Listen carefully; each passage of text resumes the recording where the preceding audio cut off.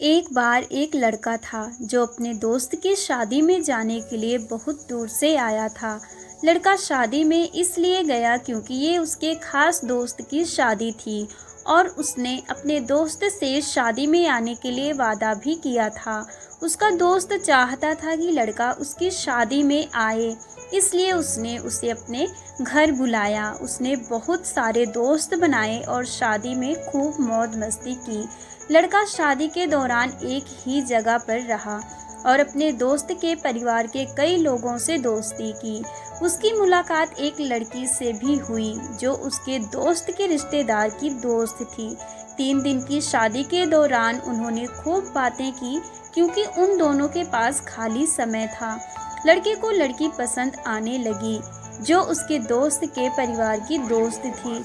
लड़की को नहीं पता था कि लड़का उसे पसंद करता है। उन्होंने एक दूसरे के फ़ोन नंबर एक्सचेंज किए और लड़की की शादी के बाद भी दोस्त की तरह बात की। लड़का और लड़की 1 साल तक दोस्त रहे, लेकिन वे एक दूसरे की भावनाओं को नहीं जानते थे। लड़की किसी और से शादी करने जा रही थी और लड़का उससे प्यार करता था, लेकिन उसने उसे कभी नहीं बताया।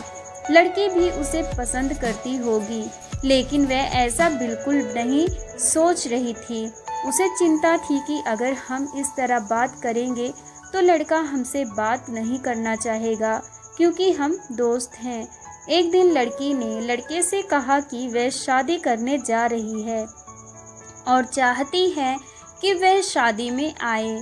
उसे उम्मीद थी कि वह आएगा और मौज मस्ती करेगा, जैसे कि वे साथ में घूम रहे हों। वे चाहती थी कि वह उसे खुश करने और अलविदा कहने के लिए वहाँ मौजूद हो। जब लड़के ने लड़की की बात सुनी तो वह रो पड़ा।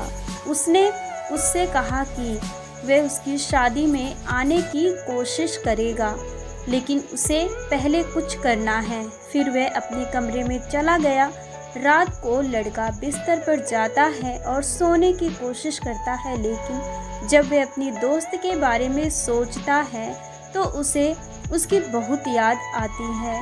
वह उस रात सो नहीं पाया और रोने लगा क्योंकि उसे उसकी बहुत याद आती थी। लड़की अपनी होने वाली शादी को लेकर उत्साहित थी क्योंकि उसे नहीं पता था कि जिस लड़के से वह शादी कर रही है उसकी पहले से ही पत्नी है।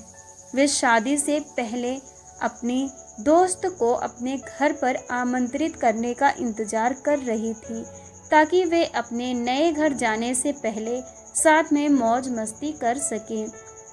जैसे जैसे शादी का दिन नज़दीक आता गया, लड़का और लड़की पहले की तरह बात नहीं कर पा रहे थे। लड़की शादी की योजना बनाने और अपने मंगेतर से बात करने में व्यस्त थी, जबकि लड़का अपनी खुद की तैयारियों में व्यस्त था। उनकी बातचीत कम होती गई क्योंकि वे अपनी आने वाली शादी पर ध्यान केंद्रित कर रहे थे। लड़का बहुत दुखी और दर्द में था क्योंकि उसने वफादार ना होकर अपने दोस्त या प्रियजन को चोट पहुंचाई थी। वह इस वजह से लड़की से बात नहीं करना चाहता था। लड़के की जल्द ही शादी होने वाली है और वह नहीं चाहता कि लड़की को पता चले क्योंकि वह परेशान हो जाएगी। शादी से कुछ दिन पहले लड़के ने लड़के को फ़ोन किया और पूछा कि वह कब आएगा। लड़का उसी दिन आने के लिए सहमत हो गया। थोड़ी देर बाद शाम को लड़का लड़की की शादी में चला गया। उसने घर की सजावट और कामों में मदद की। अगले दिन लड़की अपने ससुराल के लिए रवाना हो रही थी। लड़के को अपने प्यार को अलविदा कहने का दुख था, लेकिन लड़की उतना नहीं रोई जितनी वह विदा होते समय रोई थी।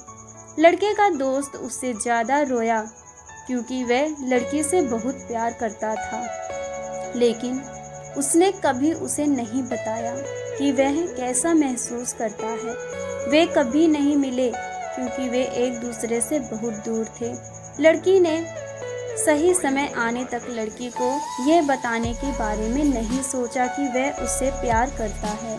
उसने उसे यह बताने की योजना बनाई कि वह उससे प्यार करता है और भविष्य में उससे शादी करेगा, लेकिन उसने अपना प्यार जताने के लिए बहुत इंतज़ार किया। जब तक लड़की बड़ी हुई, उसके माता पिता उनके रिश्ते के बारे में सोच रहे थे। इस वजह से लड़की और लड़का एक साथ नहीं रह पाए। यह इमोशनल लव स्टोरी उन लोगों के बारे में है जो सीखते हैं कि जिस व्यक्ति से आप प्यार करते हैं उसे ये बताना ज़रूरी है कि आप कैसा महसूस करते हैं।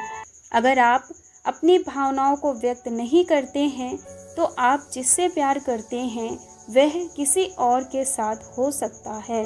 अपनी भावनाओं को अपने अंदर रखने के बजाय ये बताना बेहतर है कि आप कैसा महसूस करते हैं। तो आज की स्टोरी आप लोगों को कैसे लगी, उम्मीद करती हूँ कि अच्छी ज़रूर लगी होगी। तो जाने से पहले मेरे चैनल को सब्सक्राइब कर लीजिएगा, क्योंकि आपको इसी तरह की अच्छी अच्छी कहानियाँ सुनने को मिलती रहेंगी। तो मिलते हैं नेक्स्ट वीडियो में एक नई स्टोरी के साथ। तब तक के लिए टाटा बाय बाय।